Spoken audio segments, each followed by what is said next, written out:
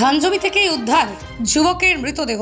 ধানজমিতে দেহ উদ্ধার হলো এক ব্যক্তির। ঘটনাটি ঘটেছে মঙ্গলবার রাত 3টে নাগাদ মোহাম্মদবাজার থানার সুৎসল পেট্রোল পাম্পের কাছে। পুলিশ সূত্রে জানা যায়, মৃতের নাম শান্তি মণ্ডল, বয়স 24, বাড়ি এই থানা এলাকার সেকেন্ডা পঞ্চায়েতের দিঘলগ্রাম সবুজপল্লীতে। পরিবারের দাবি, কয়েকদিন আগে পেট্রোল পাম্পের কাছে দাঁড়িয়ে থাকা গাড়ি থেকে প্রায় 25,000 টাকা চুরি করে নিয়ে পালায় চোরেরা। তারপরেই চোরদের ধরতে নজর রাখছিলেন শান্তি। এদিন ফের দুষ্কৃতীরা গাড়িতে চুরি করতে এলে একই ধাওয়া করেন শান্তি। অভিযোগ, তাকে ছুড়ে দিয়ে আঘাত করে ধান জমিতে ফেলে দিয়ে পালিয়ে যায় চোরের দল। সিউড়ি সদর হাসপাতালে তার মৃত্যু হয়। ঘটনার তদন্ত শুরু করেছে মোহাম্মদবাজার থানার পুলিশ। আমাদের এই গত 25 তারিখে গাড়িটা একবার চুরি হয়, বুঝলেন। 58,000 টাকা ছিল, ছিনতাই হয়। তারপরে আজকে আবার গাড়ি লাগানো ছিল, তাই আমরা আলোচনা করছিলাম যে ছোটো ভাই, ওইটা আমার ছোটো ভাই, তো বলছে ঠিক আছে আমি যাবো, ছিল গাড়ির কাছে। তো যখন চোর আসে, দু তিনজন চোর ছিল, তখন ও কিন্তু চোর দেখে পিছনে যায়। পিছনে যাওয়ার পরে পাম্পের পাশে যে জমি আছে না, জমির পাশে, ওই জমিতে আর মানে বুকে চাকু মারে, 2-3 জায়গাতে আঘাত করে, সামনের দিকে পিছনের দিকে। তারপরে এখানে ও ডেথ হয়ে যায় পাম্পেই। তারপরে পুলিশ আইলো, পুলিশ আসার পরে ওকে নিয়ে গেছে এখন হসপিটালে। এখন কি চাইছেন আপনারা? আমরা এখন চাইছি, এখানে বারবার ছিনতাই হয়, আর এরকমভাবে যদি ছিনতাই হতে থাকে অনেক মানুষের ক্ষতি হবে। আমার একটা ভাই তো মারা গেল, এই আমার এটি ছোটো ভাই। তা এখন আমি চাইছি যেন ওদের ফাঁসি হয় বা ওদেরকে ধরে আনা হয় শিগগিরই, আর যেরকমভাবে হোক যেন ধরা হোক, পুলিশ দিয়ে হোক, এই কুকুর দিয়ে হোক, যে কোনোভাবেই। আপনি মৃতার কে হচ্ছেন? ওর আমি বড় দাদা, বড় ভাই। যে মারা গেছে তার নাম? শান্তি মণ্ডল। আপনার নাম? আমার নাম মিঠু মণ্ডল।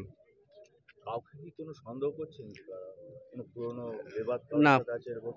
পুরানো কোনো বিবাদ নেই, তবে এখানে এইসব নতুন মানে এই চুরির ব্যাপারেই পড়ে, কোনো আমাদের সাথে কারোর সূত্রতাও নেই। হয়েছে বলতে, আমাদের এই দিঘল গ্রামে এই পাম্পের সামনে দীর্ঘদিন থেকে একটা চুরির চক্রান্ত কিন্তু চলে। মানে ওই সাদা কাপড় নিয়ে, মুখে মাস্ক নিয়ে, একটা এই ড্রাইভারের কাঁচ খুলে টাকা পয়সা চুরি করে। আর দীর্ঘদিন থেকে এটা হয়। ওর বড় দাদারও 25 সেপ্টেম্বর ওর বড় দাদারও 58,000 টাকা প্রায় ওই টাকাটা চুরি করেছিল। সেখানে আবার ও ছোটো ভাই তো একটা রাগ হয়েছে যে স্যার দাদার টাকা চুরি হয়েছে, সেই জন্য ও নিজে গাড়ি রেখে যে আমি চোরটাকে ওটা দেখবো। এসে ও দাঁড়িয়েছিল, সিসি ক্যামেরার সামনেই ভিডিও ফুটেজও আছে পাম্পে।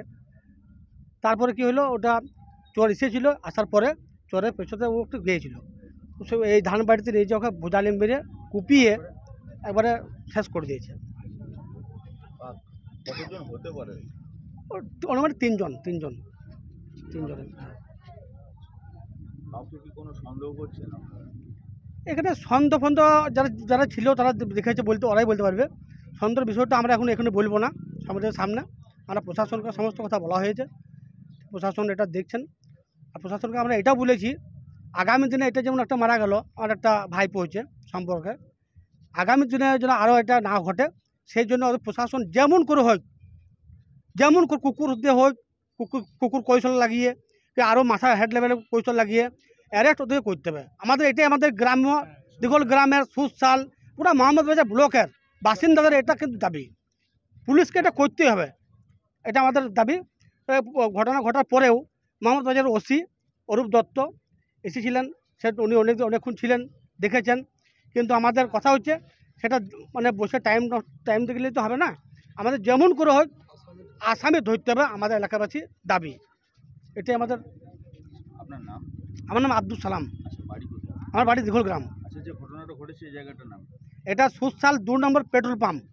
আজ এই সোশ্যাল গ্রামে 2 তারিখ 2/10/2024 সোশ্যাল গ্রামে 2 নম্বর পেট্রোল পাম্প পশ্চিম দিকে অবস্থিত, ঠিক একটা লাল মোড়ামের মধ্যস্থানে এই জায়গাটা, এই ঘটনাটা ঘটেছে। আজকে যে খুনটা হয়েছে, দীর্ঘদিন ধরে সোশ্যাল গ্রামে বহু দূর দূরান্ত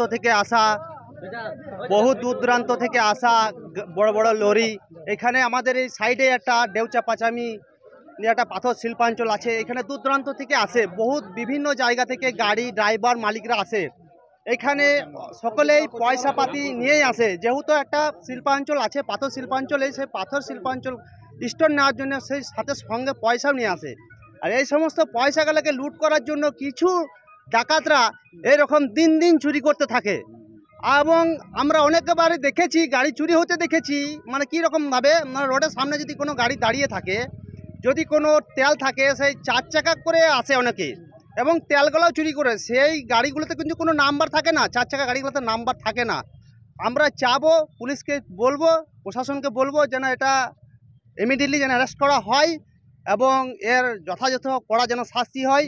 কেন একটা চোরকে ধরার জন্য যদি কার জীবন যেতে হয়, তাহলে এই সমস্ত বাধা বিরোধগুলা যেন ভালো করে দেখে আমাদের প্রশাসন।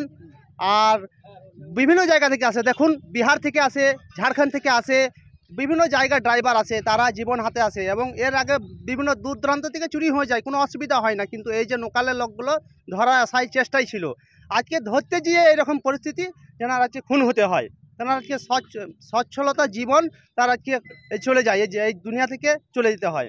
তাই আমরা চাবো, প্রশাসনকে বলবো যেন এর খতিনে দেখা হোক এবং কুকুর দিয়ে দেখা হোক এবং যথাযথ হেডকোয়ার্টার উপর প্রশাসনকে বলবো, যারা উপর মহলে আছে, যারা আরও বড় বড় অফিসাররা আছে, তাদেরকে একান্ত আমাদের আবেদন, সকলের আবেদন, আমরা দেউচা, আমরা সমস্ত এলাকাবাসী চাই, মোহাম্মদবাজার থানার অন্তর্গত যত এলাকাবাসী আছি সকলেই চাই যেন এর যথাযথ কড়া শাস্তি হোক।